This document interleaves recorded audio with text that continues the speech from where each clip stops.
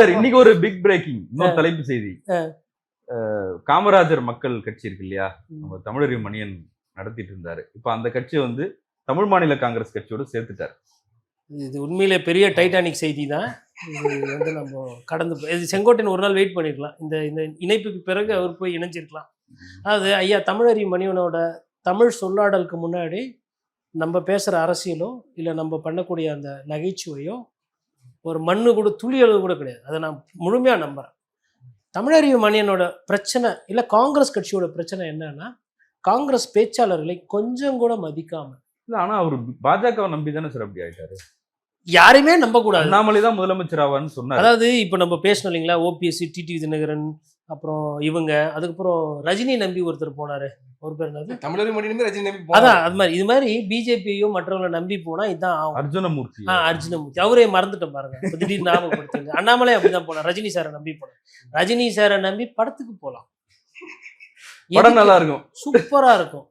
இன்னைக்கு பேசுறாங்கல்ல விஜய் படம் அதெல்லாம் அப்படி இருந்தது. பாஷா போட சொல்லுங்க, அண்ணாமலை போட சொல்லுங்க படம், இல்லை தளபதி போட சொல்லுங்க தேட்டர்ல.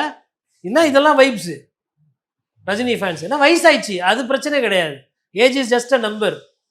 இந்த ரஜினி ஃபேன்ஸோட ஆரவாரத்துக்கு முன்னாடி அவர் வரல, புத்திசாலி தெரியும். எப்பா ரொம்ப மோசமா இருக்கிறானுங்கப்பா இவனுங்க கட்சி நடத்துறவனுங்க, இதெல்லாம் நமக்கு ஆகாதுன்னு அவர் மானத்தையும் மரியாதையும் கண்ணியத்தையும் காப்பாத்திக்கிட்டார். தொண்டர்களையும் சேர்த்து காப்பாத்திருக்காரு. இல்லைன்னா என்ன ஆயிருக்கும், ரஜினி சார் கட்சி தொடங்குறாரு, முதலமைச்சர், மக்கள் போகிற இடத்துல அண்ணா நீங்கள் தானே சூப்பர்னா இப்படிலாம் பண்ணுவாங்க, கொஞ்சம் மிஸ் ஆனால் தோக்கச்சு விட்ருவாங்க. காமராஜரே தோக்கச்சவங்க நம்ம ஆளுங்க. நம்ம அண்ணன் தம்பிலாம் இருக்கிறானே மோசமானவன், ஐயா தாத்தாவே தோக்கச்சுடுவோம்.